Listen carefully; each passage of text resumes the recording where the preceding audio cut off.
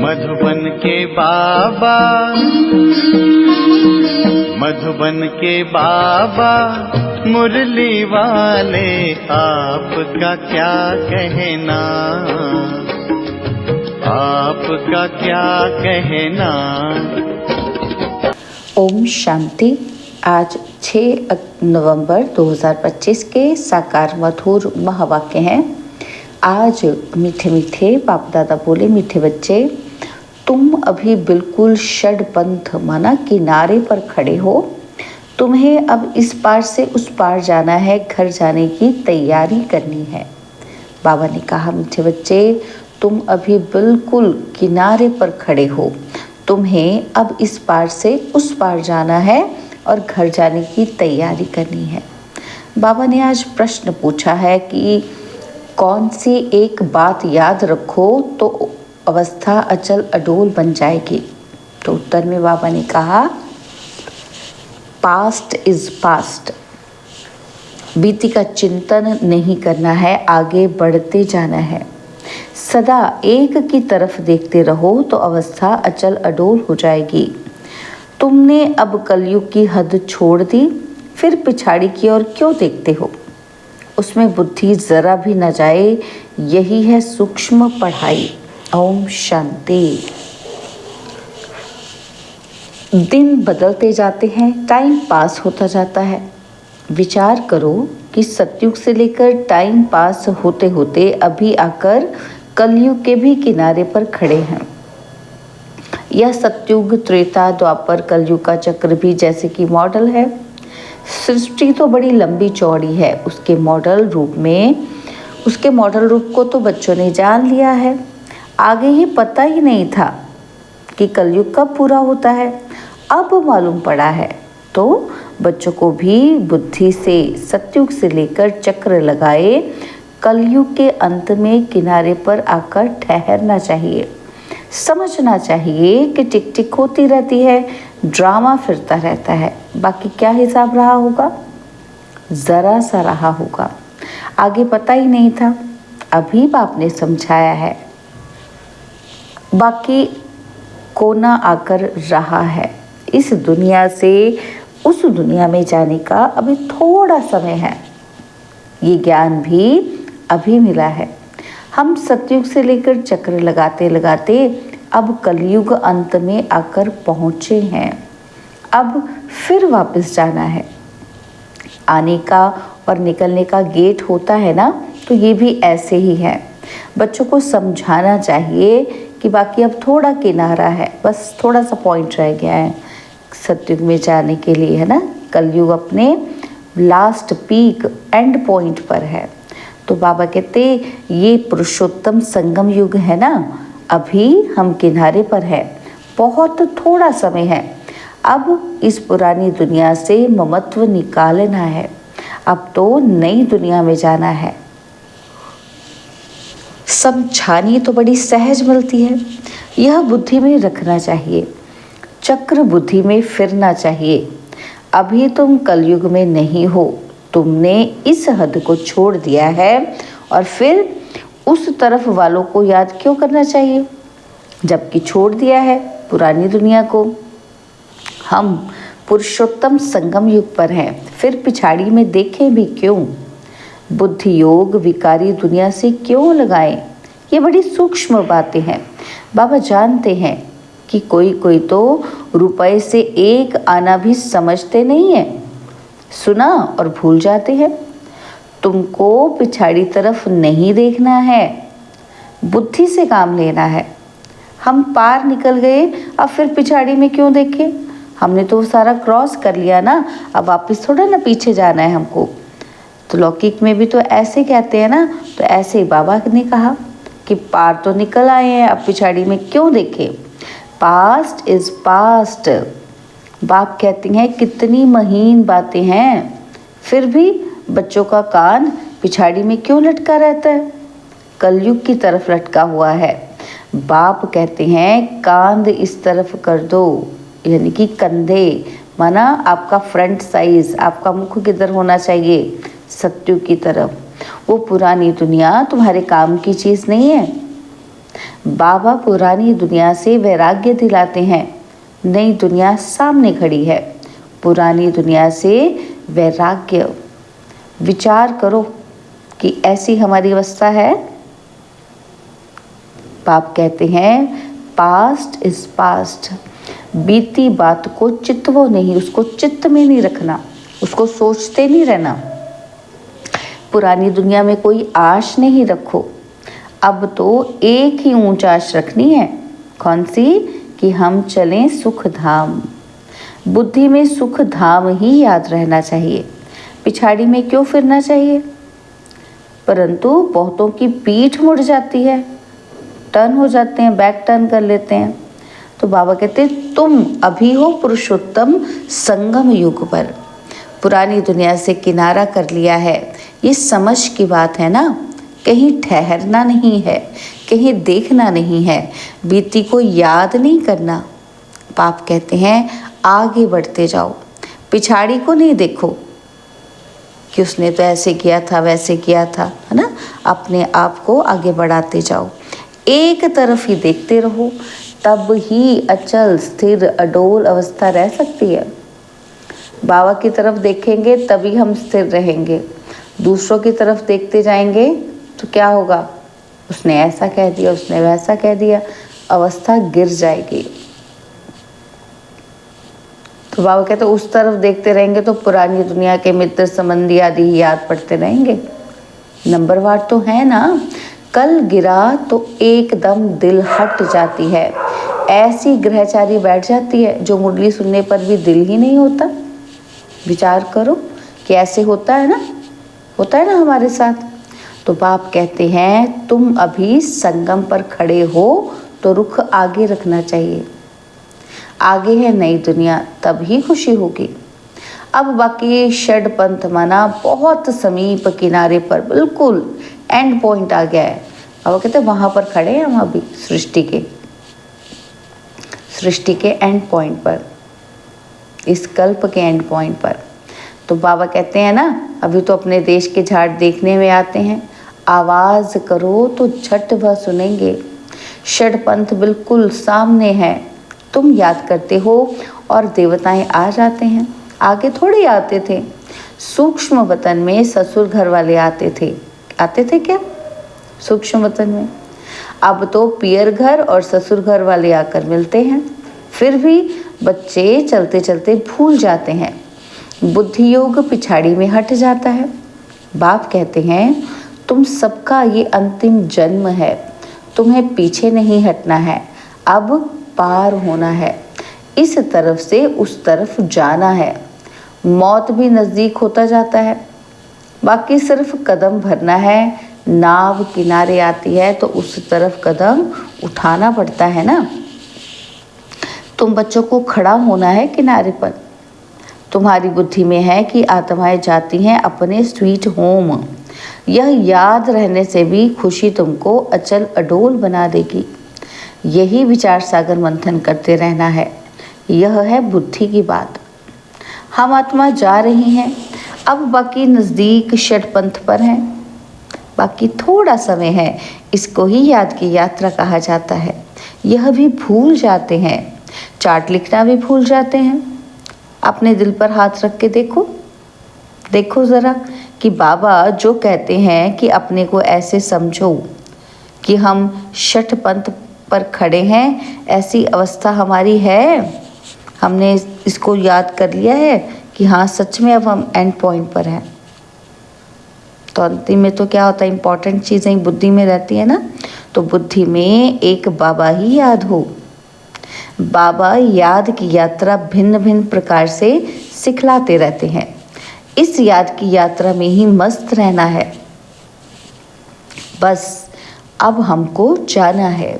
यहाँ है सब झूठे संबंध, सच्चा सत्युग का संबंध है। अपने को देखो कि हम कहाँ खड़े हैं। सत्युग से लेकर बुद्धि में ये चक्र याद करो। तुम स्वदर्शन चक्रधारी हो ना, तो सत्युग से लेकर चक्र लगाए आकर किनारे पर खड़े हुए हो। षडपंथ हुआ ना, कई तो अपना टाइम बहुत व्यर्थ गवाते रहते हैं। 5-10 मिनट भी मुश्किल याद में रहते होंगे। सुदर्शन चक्रधारी तो सारा दिन बनना चाहिए, ऐसे तो है नहीं। बाबा भिन्न भिन्न तरीके से समझाते हैं, आत्मा की ही बात है। तुम्हारी बुद्धि में चक्र फिरता रहता है, बुद्धि में ये याद क्यों नहीं रहनी चाहिए। अभी हम किनारे पर खड़े हैं, ये किनारा बुद्धि में क्यों नहीं याद रहता है, जबकि जानते हो कि हम पुरुषोत्तम बन रहे हैं। तो जाकर किनारे पर खड़े रहो, ज्यों माफिक चलते ही रहो। क्यों नहीं ये प्रैक्टिस करते हो। देखो बाबा ने कहा रुकना नहीं है, चाहे ज्यों माफिक चलते रहो। क्यों नहीं चक्र बुद्धि में आता है। ये सुदर्शन चक्र है ना, तो बाबा शुरू से लेकर सारा चक्र समझाते रहते हैं। तुम्हारी बुद्धि सारा चक्र लगाए आकर किनारे पर खड़ी रहनी चाहिए और कोई भी बाहर का वातावरण झंझट ना रहे। दिन प्रतिदिन तुम बच्चों को साइलेंस में ही जाना है, टाइम वेस्ट नहीं करवाना है। पुरानी दुनिया को छोड़ नए संबंध से अपना बुद्धि का योग लगाओ। योग नहीं लगाएंगे तो फिर पाप कैसे कटेंगे। तुम जानते हो कि ये दुनिया तो अब खत्म ही होनी है। इसका मॉडल कितना छोटा है, 5000 वर्ष की दुनिया है। अजमेर में स्वर्ग का मॉडल है, परंतु किसको स्वर्ग याद आएगा क्या। वो क्या जाने स्वर्ग से। समझते हैं स्वर्ग तो 40,000 वर्ष के बाद आएगा। बाप तुम बच्चों को बैठ समझाते हैं कि इस दुनिया में कामकाज करते बुद्धि में ये याद रखो कि ये दुनिया तो खत्म होने वाली है, अब जाना है। हम पिछाड़ी में खड़े हैं, कदम कदम जू मिसल चलता है। मंजिल कितनी बड़ी है। बाप तो मंजिल को जानते हैं ना, तो बाप के साथ दादा भी इकट्ठा है। वह समझाते हैं तो क्या ये नहीं समझा सकते। ये भी तो सुनते हैं ना, तो क्या ऐसे ऐसे विचार सागर मंथन नहीं करता होगा। बाप तुमको विचार सागर मंथन करने की पॉइंट्स सुनाते रहते हैं। ऐसे नहीं कि बाबा बहुत पिछाड़ी में है। अरे ये तो दुम लटका हुआ है, फिर पिछाड़ी में कैसे होगा। ये सब गुहे गुहे बातें धारण करनी है, गफलत छोड़ देनी है। बाबा के पास 2-2 वर्ष के बाद आते हैं, तो क्या ये याद रहता होगा कि हम नज़दीक किनारे पर खड़े हैं। अभी जाना है। ऐसी अवस्था हो जाए तो फिर बाकी क्या चाहिए। तो बाबा ने ये भी समझाया है, डबल सिर ताज ये सिर्फ नाम है, बाकी लाइट का ताज वहाँ कोई रहता नहीं है। यह तो पवित्रता की निशानी है। जो भी धर्म स्थापक है उनके चित्रों में लाइट ज़रूर दिखाते हैं, क्योंकि वह वाइसलेस सतो प्रधान है और फिर रजो तमो में आते हैं। तुम बच्चों को नॉलेज मिलती है, उसमें मस्त रहना चाहिए।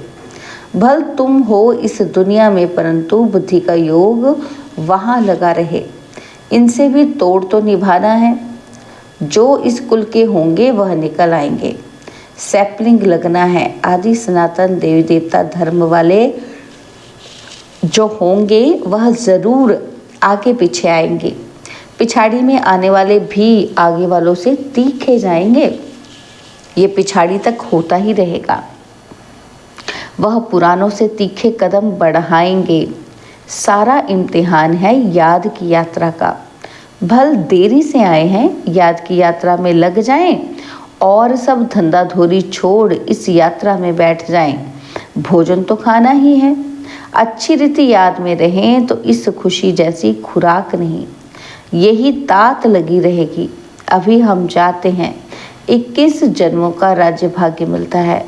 लॉटरी मिलने वालों को खुशी का पारा चढ़ जाता है ना, तो तुमको बहुत मेहनत करनी है। इसको ही अंतिम अमूल्य जीवन कहा जाता है। याद की यात्रा में बहुत मज़ा है। हनुमान भी पुरुषार्थ करते करते स्थिरम बनाना, भंबोर को आग लगी, रावण का राज्य जल गया। यह एक कहानी बना दी है। बाबा यथार्थ बात बैठ समझाते हैं। रावण राज्य खलास हो जाएगा तो स्थिरम बुद्धि इसको कहा जाता है। बस अब षडपंथ है, हम जा रहे हैं। इस याद में रहने का पुरुषार्थ करो, तब खुशी का पारा चढ़ेगा और आयु भी योग बल से बढ़ती है। तुम अभी दैवी गुण धारण करते हो, फिर वह आधा कल्प चलती है। इस एक जन्म में तुम इतना पुरुषार्थ करते हो जो तुम जाकर ये लक्ष्मी नारायण बनते हो। तो कितना पुरुषार्थ करना चाहिए, इसमें गफलत व टाइम वेस्ट नहीं करना चाहिए। जो करेगा सो पाएगा। बाप शिक्षा देते रहते हैं, तुम समझते हो कल्प कल्प हम विश्व के मालिक बनते हैं। इतने थोड़े टाइम में कमाल कर देते हैं, सारी दुनिया को चेंज कर देते हैं। बाप के लिए कोई बड़ी बात नहीं है, कल्प कल्प करते हैं। बाप समझाते हैं कि चलते फिरते खाते पीते अपना बुद्धि योग बाप से लगाओ। यह गुप्त बात बाप ही बच्चों को बैठ समझाते हैं। अपनी अवस्था को अच्छी रीति जमाते रहो, नहीं तो ऊंच पद नहीं पाएंगे। तुम बच्चे नंबरवार पुरुषार्थ अनुसार मेहनत करते हो। समझते हो अभी तो हम किनारे पर खड़े हैं और फिर पिछाड़ी में हम क्यों देखें। आगे कदम बढ़ते रहते हैं, इसमें अंतर्मुखता बहुत चाहिए। इसलिए कछुए का भी मिसाल है। तो ये मिसाल आदि सब तुम्हारे लिए हैं। सन्यासी तो हैं ही हठ योगी, वह तो राजयोग सिखला न सके। वो लोग सुनते हैं तो समझते हैं कि ये लोग हमारी इंसल्ट करते हैं। इसलिए यह भी युक्ति से लिखना है कि बाप बिगर राजयोग कोई सिखला न सके। इनडायरेक्ट बोला जाता है तो ख्याल ना हो। युक्ति से चलना होता है ना, तो जो सर्प भी मरे और लाठी भी न टूटे। कुटुंब परिवार आदि सबसे प्रीत रखो, परंतु बुद्धि का योग बाप से लगाना है। तुम जानते हो कि हम अभी एक की मत पर हैं। यह है देवता बनने की मत, इसको ही अद्वैत मत कहा जाता है। बच्चों को देवता बनना है। कितनी बार तुम बने हो, कितनी बार बने हो? अनेक बार। तो बाबा कहते हैं अभी तुम संगम पर खड़े हो, यह अंतिम जन्म है, अब तो जाना है। पिछाड़ी में क्या देखना है? देखते हुए फिर भी अपनी अडोलता में तुम खड़े रहो। मंजिल को भूलना नहीं है। तुम ही महावीर हो जो माया पर जीत पाते हो। और अभी तुम समझते हो कि हार और जीत का यह चक्र फिरता रहता है। कितना वंडरफुल ज्ञान है बाबा का। ये पता था कि अपने को बिंदी समझना है? पता ही नहीं था ना हमें भी। तो बाबा कहते देखो इतनी छोटी सी बिंदी में सारा पाठ गूंधा हुआ है। जो चक्र फिरता रहता है, बहुत वंडरफुल है। वंडर कहकर छोड़ना ही पड़ता है। अच्छा, मीठे मीठे सिकिलते बच्चों प्रति माता पिता बाप दादा का याद, प्यार और गुड मॉर्निंग। रूहानी बाप की रूहानी बच्चों को नमस्ते। हम रूहानी बच्चों की रूहानी बाप दादाजी को दिलवा जान सिकवा प्रेम से नमस्ते। ओम शांति। प्यारे बाबा, मीठे बाबा, मेरे बाबा, शुक्रिया बाबा, शुक्रिया बाबा, शुक्रिया। धारणा के लिए मुख्य सार है। पहला पॉइंट है पीछे मुड़ के नहीं देखना है, किसी भी बात में ठहर नहीं जाना है। एक बाप की तरफ देखते हुए अपनी अवस्था एक रस रखनी है। और सेकंड पॉइंट है बुद्धि में याद रखना है कि अभी हम किनारे पर खड़े हैं, घर जाना है, गफलत छोड़ देनी है, अपनी अवस्था जमाने की गुप्त मेहनत करनी है। बाबा ने आज हमें वरदान दिया, सर्व के दिल का प्यार प्राप्त करने वाले न्यारे प्यारे निरसंकल्प भव। सर्व के दिल का प्यार प्राप्त करने वाले न्यारे प्यारे निरसंकल्प भव। जिन बच्चों में न्यारे और प्यारे रहने का गुण व निरसंकल्प रहने की विशेषता है, अर्थात जिन्हें ये वरदान प्राप्त है, वे सर्व के प्रिय बन जाते हैं, क्योंकि न्यारेपन से सबके दिल का प्यार स्वतः प्राप्त होता है। वे अपनी शक्तिशाली निसंकल्प स्थिति व श्रेष्ठ कर्म द्वारा अनेकों की सेवा के निमित्त बनते हैं। इसलिए स्वयं भी संतुष्ट रहते और दूसरों का भी कल्याण करते हैं। उन्हें हर कार्य में सफलता स्वतः प्राप्त होती है। स्लोगन: एक बाबा शब्द ही सर्व खजानों की चाबी है। इस चाबी को सदा संभाल कर रखो। तो बाबा के अव्यक्त इशारे, अशरीरी व विदेही स्थिति का अभ्यास बढ़ाओ। बाबा कहते हैं जैसे 1 सेकंड में चोले से अलग तभी हो सकेंगे जब किसी भी संस्कारों की टाइटनेस नहीं होगी। जैसे कोई भी चीज़ अगर चिपकी हुई होती है तो उनको खोलना मुश्किल होता है और हल्के होने से सहज ही अलग हो जाती है। वैसे ही अगर अपने संस्कारों में ज़रा भी इजीपन नहीं होगा तो फिर अशरीरीपन का अनुभव नहीं कर सकेंगे। इसलिए इजी और अलर्ट रहो। अच्छा, ओम शांति। और अब यह एक बहुत अच्छी वीडियो भी ज़रूर देखें।